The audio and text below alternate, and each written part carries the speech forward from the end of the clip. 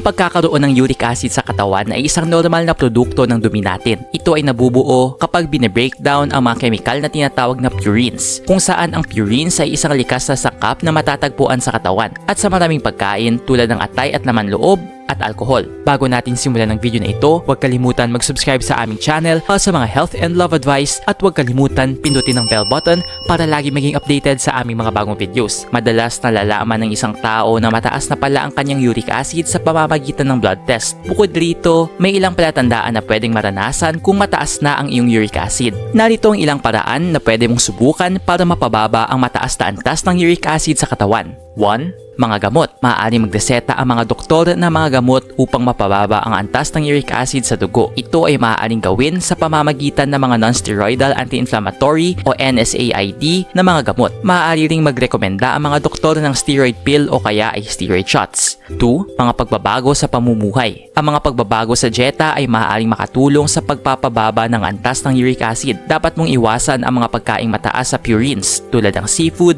red meat, organ meat at alcohol. Maaari ka rin kumonsumo ng mga pagkaing mababa sa purine tulad ng gulay, prutas at dairy products na mababa ang fats. 3. Pagpapababa ng timbang. Kung ikaw ay sobra sa timbang o napakataba, ang pagpapababa ng timbang ay maaaring makatulong sa pagpapababa ng antas ng uric acid. 4. Hydration. Ang pag-inom ng maraming tubig ay makakatulong sa pag-alis ng sobrang uric acid sa katawan. Maaaring mailabas ang sobrang uric acid sa pamamagitan ng pagdumi at pag-ihi. 5. Ehersisyo. Ang regular na ehersisyo ay makakatulong din sa pagpapababa ng antas ng uric acid sa katawan. Nag-enjoy ka ba sa video ito? Please hit the like button and subscribe sa aming channel para sa iba pang video tulad nito. Salamat sa panonood!